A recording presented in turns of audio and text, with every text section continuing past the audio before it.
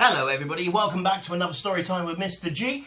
Now today's story is an old favourite that we read every year in reception, and that is The Scarecrows Wedding, because it's a fantastic story. So here we go, I hope you enjoy it too. Now, Betty O'Barley and Harry O'Hay were scarecrows. They scared a lot of crows every day. Harry loved Betty and Betty loved Harry, so Harry said, "Betty, my beauty, let's marry. Let's have a wedding, the best wedding yet, a wedding that no one will ever forget." Betty agreed, so they hugged and they kissed. Then Betty said, "Harry dear, let's make a list." "Just as you say," answered Harry O'Hay. So they wrote down the things that they would need on the day. A dress of white feathers, a necklace of shells, lots of pink flowers, 2 rings and some bells. Then Harry gave Betty O'Barley his arm, and the scarecrows set off on a hunt round the farm. They hadn't gone far when they spotted some geese. "Oh geese, if you'll give us a feather apiece, you can come to our wedding, the best wedding yet, the wedding that no one will ever forget." "We will," honked the geese, and they gave each a feather. A spider friend offered to sew them together. "Hooray!" cried the scarecrows. They hugged and they kissed, and they hurried back home and crossed dress off their list. Then Harry gave Betty O'Barley his arm, and they set off once more on their hunt round the farm. They hadn't gone far when some cows gathered round, and the bells round their necks made a wonderful sound. Ring-a-ding-ding, ring-a-ding-ding. "Oh cows, will you please come and make your bells ring for our wonderful wedding, the best wedding yet, the wedding that no one will ever forget." "Yes," mooed the cows, "we can tinkle our bells." Then a crab scuffled up with a necklace of shells. Some mice found 2 rings in a bin. They were certain the rings had belonged to the old farmhouse curtain. "Hooray!" cried the scarecrows. They hugged and they kissed. Pink flowers are the only things left on the list. Then Harry said, "Betty dear, I can find those. Why don't I pick some while you have a doze?" Pink flowers,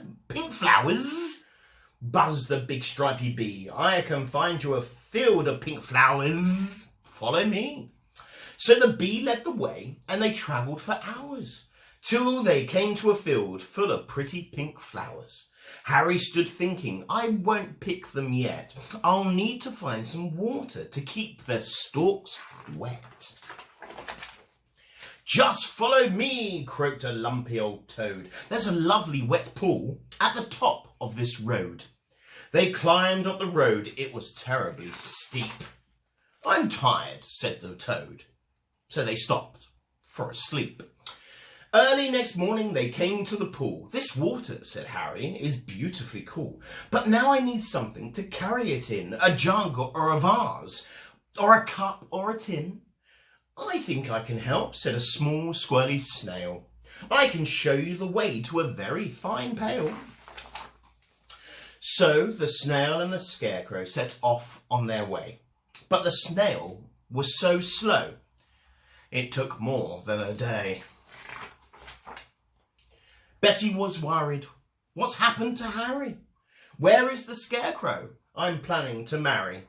The farmer came by with a frown on his face, and he made a new scarecrow to take Harry's place.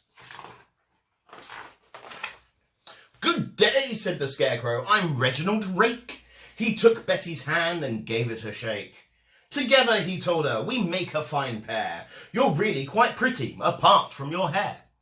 Then he jumped in the tractor and told her, "Hop in. I am a really fast driver. Let's go for a spin." But Betty said, "No, I must wait here for Harry. He is my scarecrow I'm going to marry. We're planning our wedding, the best wedding yet, the wedding that no one will ever forget." Reginald laughed. "You'll be waiting forever. Forget about Harry. I bet he's not clever." "I must be the cleverest scarecrow alive. I can sing lots of songs, I can dance, I can drive. I'm dashing, I'm daring, I'm cool as can be. I can even blow smoke rings Just watch me and see. And he took a big fat cigar from a packet the farmer had foolishly left in his jacket. But smoking is bad for you, Betty exclaimed. Really, you ought to be feeling ashamed. Don't be a fusspot, said Reginald Rake. My smoke rings are staggering, make no mistake. He struck up a light and he tried hard to smoke, but straight away started to splutter and choke. What happened next was completely unplanned. The lighted cigar tumbled out of his hand. It fell on the ground and it started a fire. Betty screamed help as the flames flickered higher. But Reginald Rake said, I'd better be off. And he bounded away with a terrible cough. Then suddenly who should appear on the farm but Harry O'Hay, with a pail in his arms. Betty, cried Harry, my own future wife. He poured on the water and saved Betty's life. Then they picked up the flowers, they hugged and they kissed. And they said, now that's everything crossed off the list.